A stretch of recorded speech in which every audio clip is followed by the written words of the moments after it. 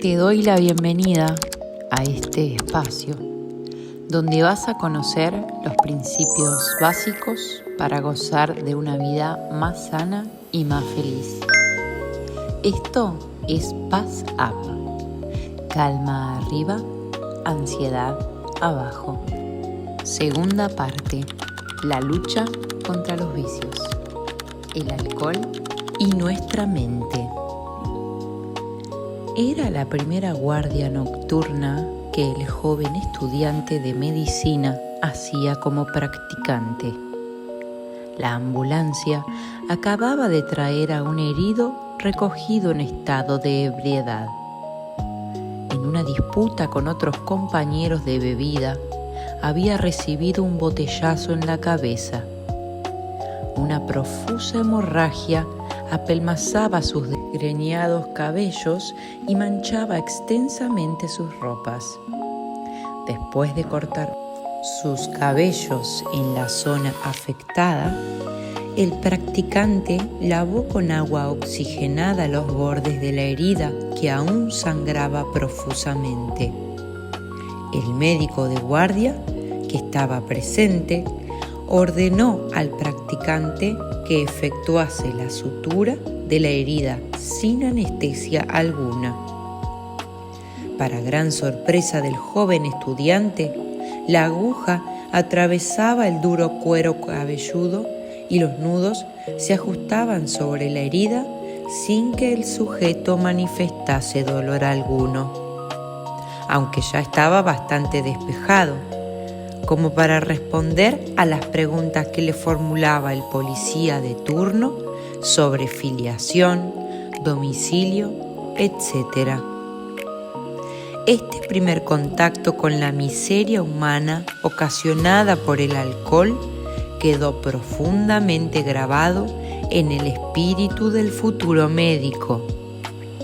La llamativa insensibilidad de aquel herido fijó en la mente del estudiante el concepto básico de la farmacología del alcohol, su acción depresora sobre los centros nerviosos. Acción del alcohol sobre el sistema nervioso central. Es justamente aquí, en el sistema nervioso central, donde ejerce el alcohol su acción más nociva. El efecto reiterado del alcohol sobre el sistema nervioso central produce lesiones bien definidas que pueden tener distinta localización.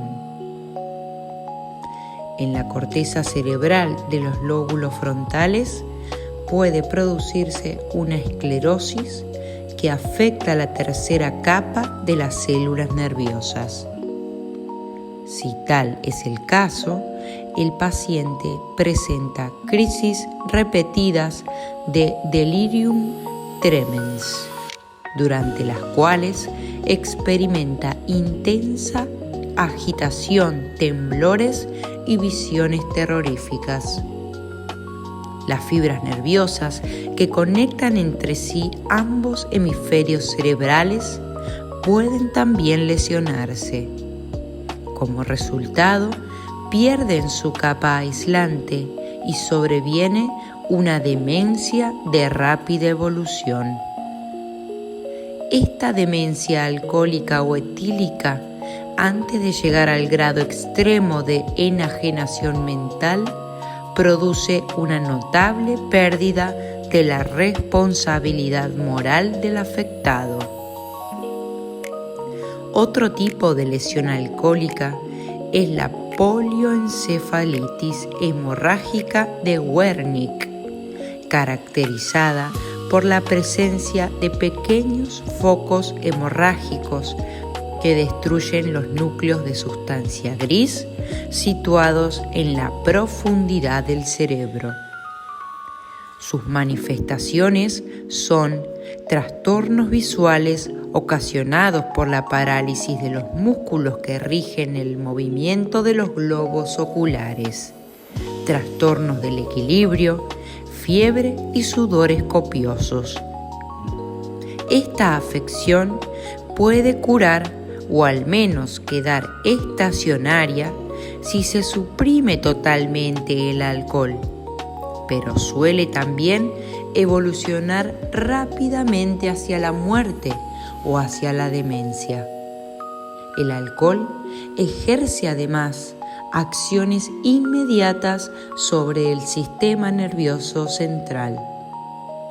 Pueden resumirse estas acciones diciendo que el alcohol deprime todas las funciones cerebrales, comenzando por las más elevadas como la autocrítica y el autocontrol, y siguiendo con las de ideación y coordinación motriz, para terminar con las más simples o vegetativas, como la respiración o la circulación.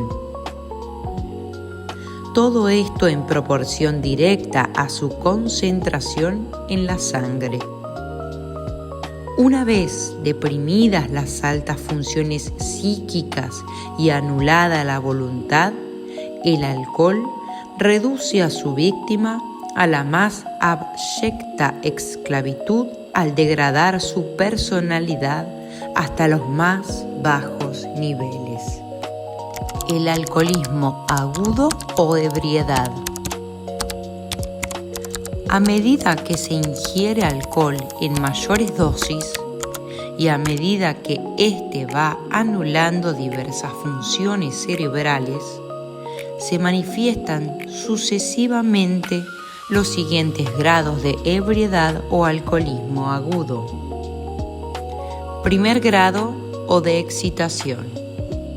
El bebedor experimenta una agradable sensación de euforia y bienestar, siempre que su conversación es muy amena, lo cual lo estimula a hablar mucho y en voz alta. Tiene la cara encendida y la respiración y el pulso acelerados. Ha perdido la timidez, se ha embotado la autocrítica y se han desquiciado los mecanismos mentales de autocontrol. Segundo grado o de incoordinación. La depresión alcanza ya el cerebelo, por lo cual la marcha se hace tambaleante. Se siente muy emotivo y estalla en crisis injustificadas de llanto, risa o ira.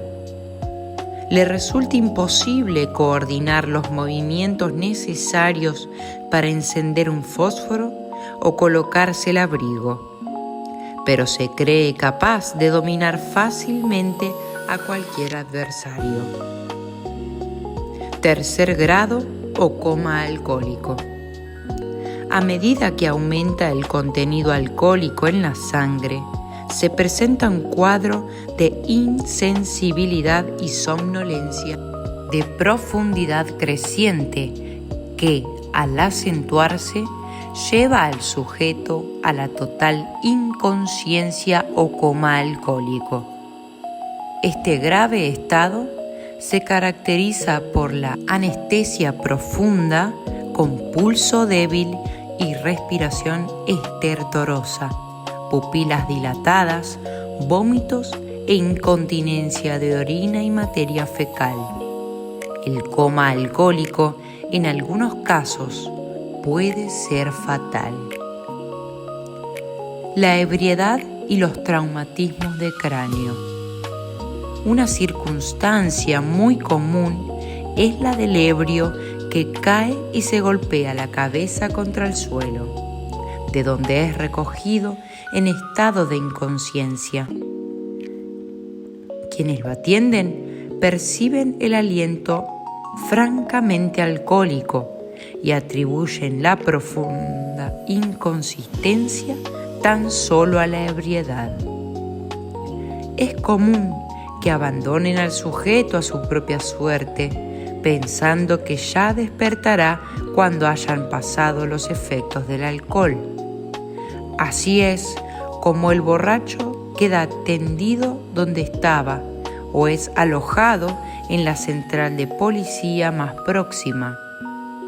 El despertar esperado no se produce, sino que persiste un profundo estado de coma, con pulso lento y respiración estertorosa. El cuadro se agrava poco después. Aparece fiebre elevada y el individuo muere. La autopsia revela contusión cerebral, hematoma o hemorragia meningea, con o sin fractura craneana. A fin de evitar la evolución relatada, habrá que pensar en la posibilidad de un serio traumatismo craneano ante todo sujeto que es hallado inconsciente, aunque huela fuertemente a alcohol. Deberá, en estos casos, prestarse al paciente adecuada atención médica. Esta incluirá radiografías de cráneo y constante control de las funciones vitales y del psiquismo, a fin de brindarle el tratamiento médico o quirúrgico más adecuado a su grave situación. El alcohol y los accidentes de tránsito. Una circunstancia que torna sumamente peligrosa la ingestión aún moderada de bebidas alcohólicas es la conducción de vehículos. El alcohol, incluso en dosis pequeñas, deprime los centros coordinadores del cerebro y, en consecuencia, retarda sensiblemente las reacciones normales del conductor experto. De modo que, a pesar de su lucidez mental aparente y de su habilidad en el volante, el conductor que ha bebido alcohol tarda mucho más de lo normal en actuar ante circunstancias imprevistas. Esto es causa constante de numerosos y graves accidentes de tránsito. Un hecho que vuelve realmente riesgoso el conducir vehículos después de haber bebido es que los trastornos neuromusculares, tales como el retardo en las reacciones psicomotoras, la disminución de la atención y la perturbación de los reflejos con alargamiento del tiempo de reacción, ocurren mucho antes de que aparezcan síntomas de ebriedad, de modo que ni el conductor ni quienes lo acompañan se dan cuenta del trastorno hasta que aparece una circunstancia imprevista que requiere una rápida decisión y reacción de parte del conductor. Pero las decisiones y las reacciones rápidas son imposibles cuando hay alcohol en el organismo, aún en pequeñas cantidades. Esto explica el trágico balance que arrojan las estadísticas de casi todos los países. Más del 50% de los accidentes de carretera se producen como consecuencia del alcohol. En la ciudad de Chicago, por ejemplo, el 90% de los conductores que causan accidentes nocturnos están alcoholizados. Para dar una idea de la magnitud del problema, traemos las siguientes cifras. En los Estados Unidos, cada 3 segundos hay un accidente de tránsito y cada 10 minutos un muerto y 25 heridos. En todas las guerras de su historia, ese país tuvo menos de 1 millón de muertos, pero hace ya más de una década que sobrepasó el 1 millón de muertos por accidentes de tránsito. Y recordemos que más de la mitad de esta enorme pérdida de vidas humanas es ocasionada por el alcohol. Un estimulante es una sustancia capaz de aumentar o mejorar la actividad del cuerpo y de la mente. Cuando vemos a un ebrio durmiendo, pasadamente en el suelo, no dudamos de la acción depresora del alcohol. Sin embargo, la ingestión de bebidas alcohólicas en el primer momento parece aumentar la actividad mental y física del individuo. Algunos, que son tímidos y callados, antes de beber, se sienten luego capaces de pronunciar vehementes discursos. Hay trabajadores que beben pensando que así aumentan su resistencia contra la fatiga. Lo que sucede en realidad es que el alcohol, lo mismo que otros anestésicos como el éter o el cloroformo, comienzan su acción deprimiendo los centros superiores del cerebro encargados de controlar la actividad de los centros inferiores. De este modo, estos últimos quedan liberados de sus frenos normales y se desbocan a una actividad sin control. Este mismo fenómeno ocurre cuando se administra un anestésico para dormir a un paciente, a fin de someterlo a una operación quirúrgica. Hay un periodo inicial de excitación que precede al sueño anestésico. El alcohol es también un anestésico. Su acción es exclusivamente depresora de los centros nerviosos. Jamás estimula. Tan solo anula la acción de los centros superiores de control. Actúa quitando los frenos y por ese mecanismo es responsable de tantos excesos peligrosos, de tantos errores fatales y de tantos crímenes. Gracias por acompañarnos hasta acá. En el próximo video continuaremos leyendo sobre cómo vencer al alcohol. Esto es Paz Up. Calma arriba, ansiedad abajo.